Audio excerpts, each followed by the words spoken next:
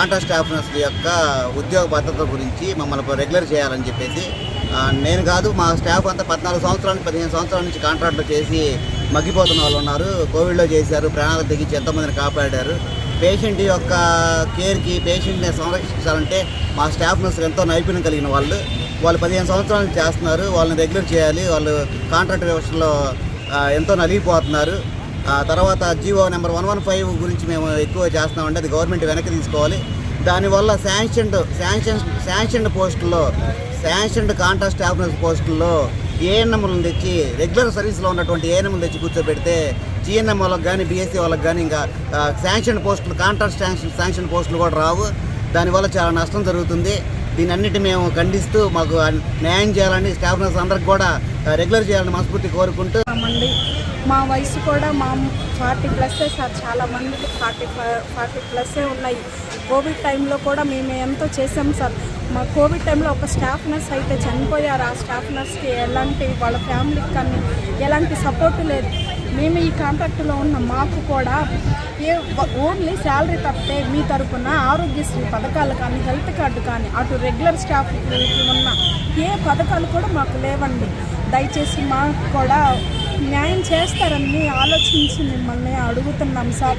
గవర్నమెంట్కి మేము వ్యతిరేకం కాదండి, ఏఎన్ఎంస్కి కూడా మేము వ్యతిరేకం కాదు.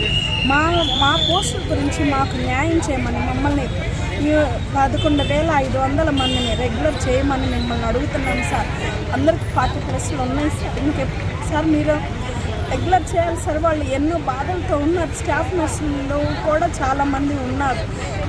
కోవిడ్ టైంలో ప్రాణాలు కోల్పోయిన వాళ్ళు ఉన్నారు. మేము ఇన్ సర్వీసెస్లో ఎంతో చేస్తున్నాం సార్. మా సర్వీసులు కొంచెం గుర్తించి మాకు కూడా రెగ్యులర్ పోస్ట్ ఇస్తారని నమ్ముతున్నాం సార్. మాకు మీ కనీసం మీ టైంలో, మీ హయాంలో అయినా మాకు న్యాయం జరిగిద్దని కోరుకుంటున్నాం సార్.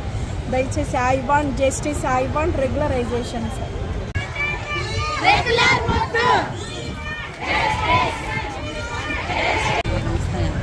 అయితే మేము స్టాఫ్ నర్సులుగా 15 సంవత్సరాల నుంచి కూడా డ్యూటీ చేస్తూ ఉన్నాము. డెడికేట్తో చేస్తూ ఉన్నా సరే మాకు ఏదో ఒక ప్రాబ్లం మనం ఫేస్ చేయాల్సి వస్తూ ఉంది.